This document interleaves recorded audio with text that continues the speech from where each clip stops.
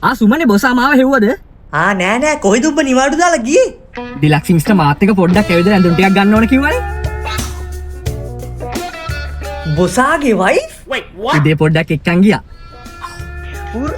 ඔයාට මම පෙන්නන්න මගේ ගෙදර එන්න. ඉතින් හාෆ් ඩේ එකක් දාලා යන්න තිබ්බනේ. නෑ මචං හවසත් මම මේ පාර ලැප්ටොප් එකක් ගන්න ගියා.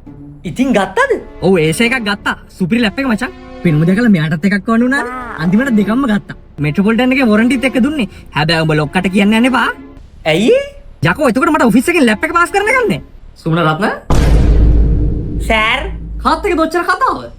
අනේ සර් මේ සානක කමිනිය පොඩි බඩුවක් ගන්න ගිහිල්ලානේ. යකෝ පිස්සුද? කොල්ලේ මම එක කියන්න බා. මට නම් මයිත් වගේ. මම හිතුවේ අසනීපයක් කියලා. මොනවද ඉතින් නිවාඩුකුත් දාලා ගිහින් අරන් තින්නේ? යකෝ ලැප් එක ගන්න කිව්ව කතාව කියන්න එපා. මට එක පාස් කරන්න ගන්න ඈ. සානක මොනවද අරන් තින්නේ?